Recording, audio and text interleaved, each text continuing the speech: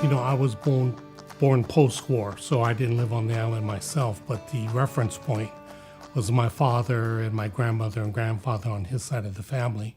And my grandfather had a gas station on Terminal Island right on the edge of the Japanese section, the Fish Harbor section. And the other communities on Terminal Island, well, which were not Japanese, but were very multi-ethnic. And my father's life on Terminal Island was sort of on that border.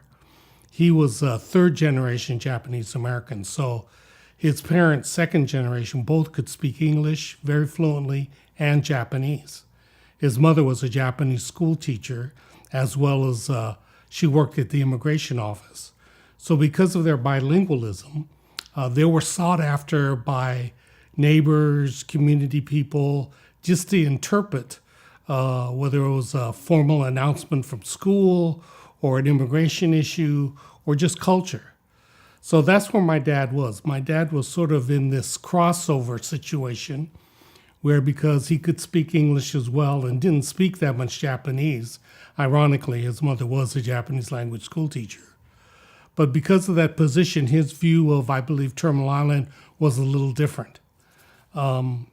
He, for example, oftentimes got into altercations with some of the older Japanese American boys, not because he did anything wrong, but because the older boys were in Japanese school and my grandmother was known as a disciplinarian. So obviously they couldn't take out their concerns or frustrations or anger at the sensei, the teacher. So of course the logical target then was my dad.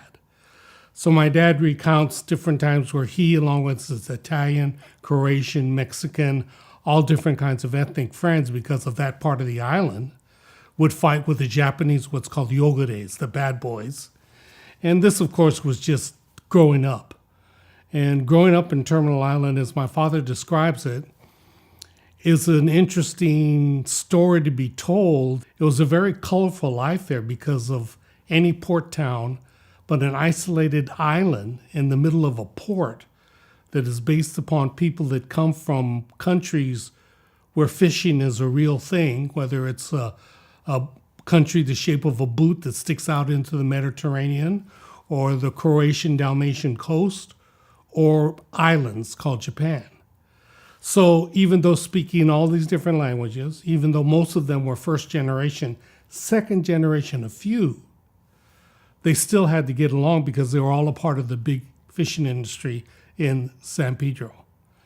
And my dad talks about it from the standpoint of almost like Tom Sawyer and Huck Finn, about diving off the pilings at the wharf and going to Dead Man's Island and making his way through the castor bean trees as they try to get to pick up the discarded lumber that washes up on the shore because they're going to make a raft to go out into the channel.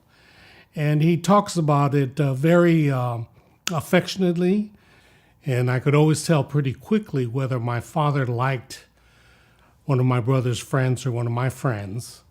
And that was because eventually he would say, well, you want to go see Terminal Island?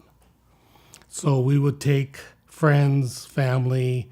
We would go to Terminal Island, not on a regular basis, but on a periodic basis as a touchstone for the Furutani family.